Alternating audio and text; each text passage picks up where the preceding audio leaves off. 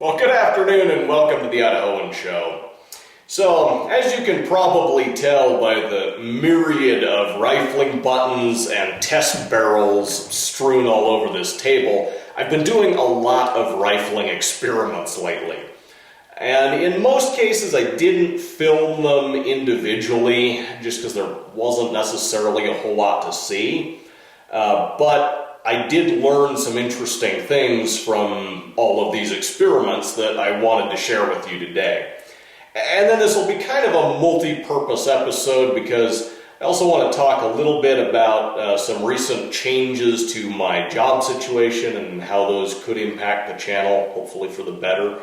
And then I've also got a Patreon appreciation giveaway again for you today.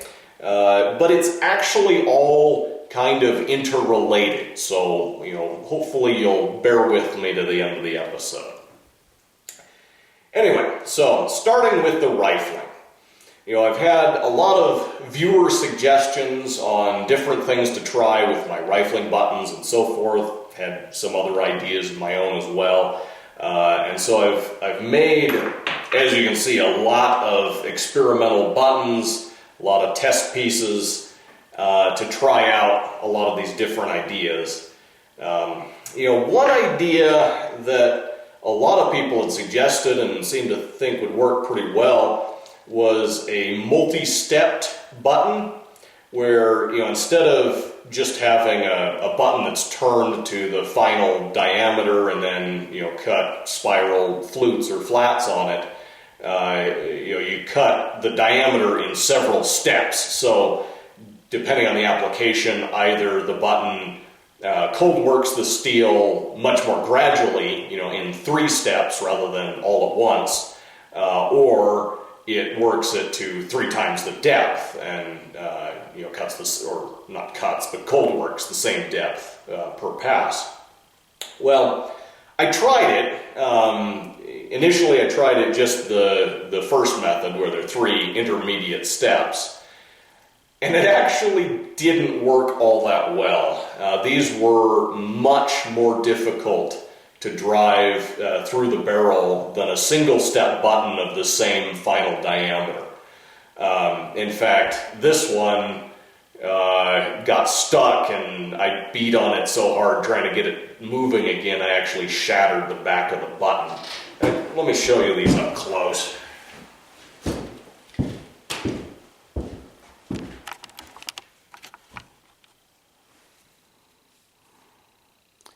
So there's the one that broke. This one survived at least, but you can see some of the raised metal where it was sticking more.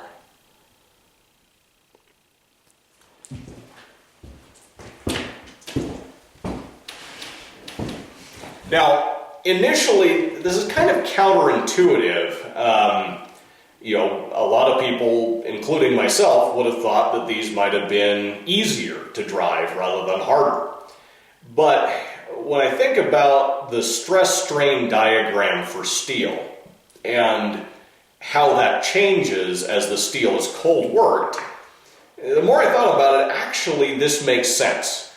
Because, if you picture the stress-strain diagram where you got your linear elastic region and then you got your plastic region, in order to plastically deform the steel, which is what we're doing when we cold work the rifling grooves into the barrel, we have to go up that linear elastic portion into the plastic portion, and then when we release the stress, we go back down a now elongated linear elastic curve, to the zero stress line.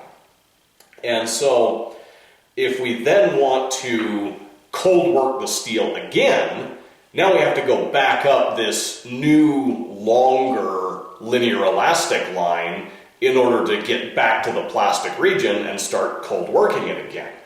And so this is why typically, if you're going to cold work steel in multiple steps, you would anneal it in between so that you can restore that original stress-strain relationship. But obviously with a three-step button like this, it's not getting annealed in between the different steps, and so these latter two steps actually are encountering a lot more resistance, I guess, than they would if we were running this through a barrel that had not been previously cold worked. So once I thought more about the science behind it, actually it does make sense that these were more difficult to drive and really didn't produce very good results. Now, another thing that I tried was broaching rifling. So this is made a lot like the multi-step button, except instead of being a button that cold works the grooves into the steel, it actually has cutting teeth to cut off a thin chip of steel and just cut the grooves into the barrel instead of cold working them. Let me show you this one up close too.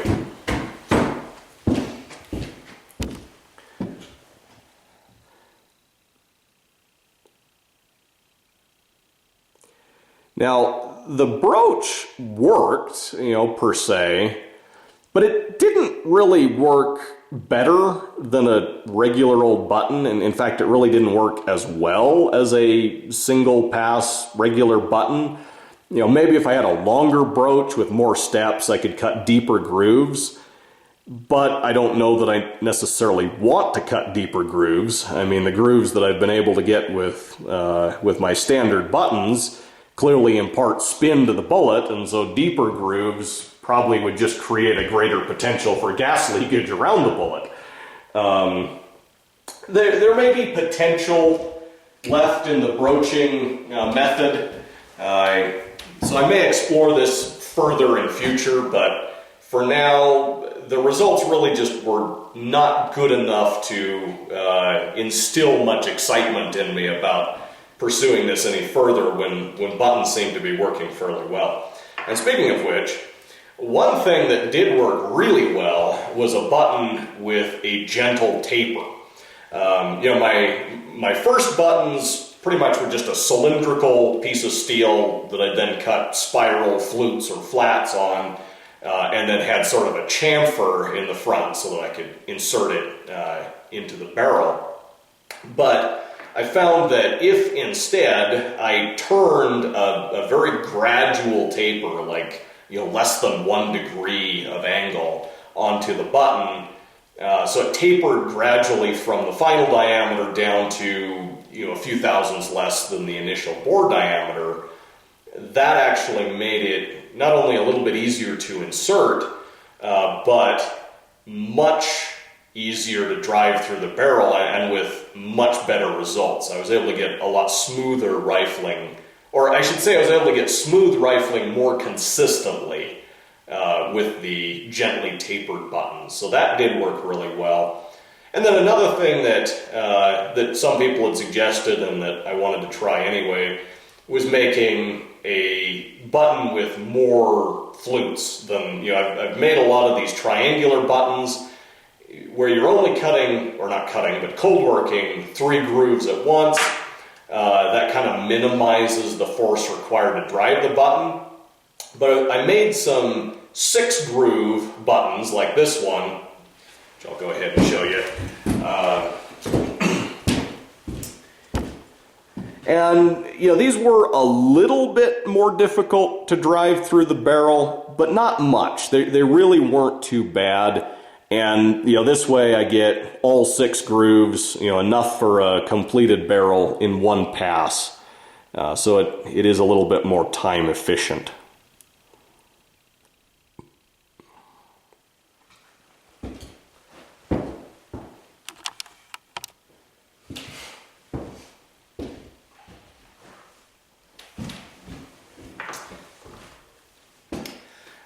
I'd also been experimenting with different types of lubricant for running the button through the barrel.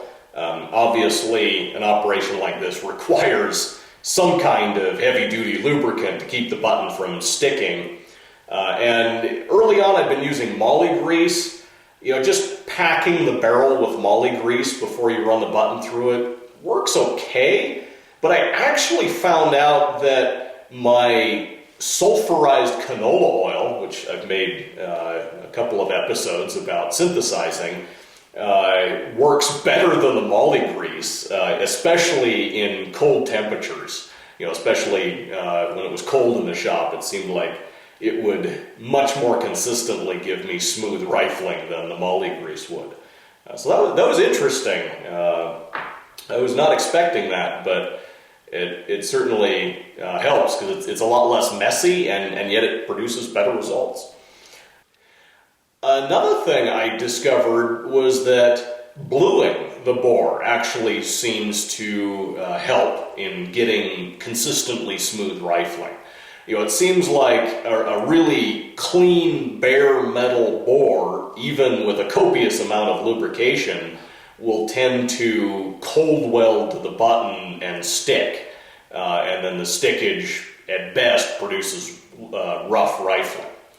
Whereas if you have that oxide layer on the inside, as from a flame blued bore or something along those lines, the oxide seems to prevent the cold welding. And perhaps the oxide is a little bit porous at the microscopic level, and it's actually trapping molecules of the lubricant and helping to retain the lubricant and allow it to do its job. I don't really have the microscope equipment to inspect the oxide films and determine if that really is the case, but I would speculate that might also be a contributing factor as to why blued bores seem to be easier to rifle than really smooth, clean, bright metal bores. So I think that pretty well sums up what I've learned through all of this experimentation and trial and error with do-it-yourself rifling. Now, moving on to my job situation. I'd been working a regular engineering job. Recently, I quit that job in order to take a position with a little company called Atomic Rifling and Creative Operations, LLC, where I'll be more of a business partner than an employee. And in this new position, I'll have a lot of freedom to pretty much work on whatever I want, with the caveat that my compensation is based on how much revenue my work actually generates for the company and not on any kind of regular salary or hourly wage. So, potentially that means I'll be working a lot more hours in the future, but it also gives me a lot of freedom to integrate projects of personal interest into my work. And so I don't foresee this cutting into my ability to make the kinds of videos that I've been making. On the contrary, it gives me a lot of freedom to potentially devote a lot more time to this channel if it was financially feasible to do so. So, up till now, I've been pursuing this channel just as a hobby. I've made a little bit of money on ad revenue, about enough to pay for my internet connection, but not really any of my other bills. I have a few loyal Patreon supporters whom I appreciate very much, but I think my total income from Patreon is like $17 a month, which, $17 will buy a drill bit or, a piece of bar stock to experiment with making a barrel. So it does help with project funding here and there, but once again, it's clearly not enough to live on. Now, if you think that this channel could be successful as a business and you want to either support me directly through Patreon or rally support through social media to get me more advertising revenue or something like that, this would be a great time to do so, because I'm now in a position where I have a lot of flexibility as far as how much time I devote to my YouTube channel versus other projects that might be more immediately conducive to generating revenue for the company. Now, another thing I'd like to mention, though, is through Atomic Rifling and Creative Operations, I'm going to be able to start selling some of my rifling buttons and rifle tubing. You know, this DOM tubing that I've made barrels out of in the past, mostly for muzzle loaders. I think I'm actually going to start selling online or through their catalog or something. So that will be becoming available in the very near future, if not by the time this video is posted. I'll put a link to their company's Facebook page in the description so that you can keep tabs on what they're doing and progress as far as the availability of these kinds of things for sale. And finally, before I start selling off any of these buttons, I thought it would be fitting to give one of them away to one of my loyal Patreon supporters. So, once again, I'm going to take off my hat to you guys, put some numbered chips in my hat, and then I've got a list of my current patrons in no particular order. I'll just draw a chip. And it looks like I'll be sending this button to Touring Elite. And actually, as you can see, I've got a lot of buttons here. I wasn't quite sure which one would be the most appropriate to give away, so I'm going to give you a choice between a few of them that I thought would be top picks. One is this original hand-carved button from my video on making a rifle barrel without machine tools. I figure of all the buttons that I've made, this one probably has the most collector's value just because that video has a lot more views than any of the others. So I thought that one should definitely be an option. And then another one that's probably a little bit more functional, but still has a certain amount of notoriety would be the one that I made in my video on the so-called Norris chuck, my helical machining apparatus. And then the most functional of the choices is this 6-flute gently tapered button in .45 caliber that I made just recently and used for making a couple of .45 ACP barrels, which I actually have separate videos coming up on in the near future. So I'll get in touch with you through Patreon or through email, and you can let me know which one you want and where to send it. In any case, thank you for your support, and thank you for watching the Idahoan Show.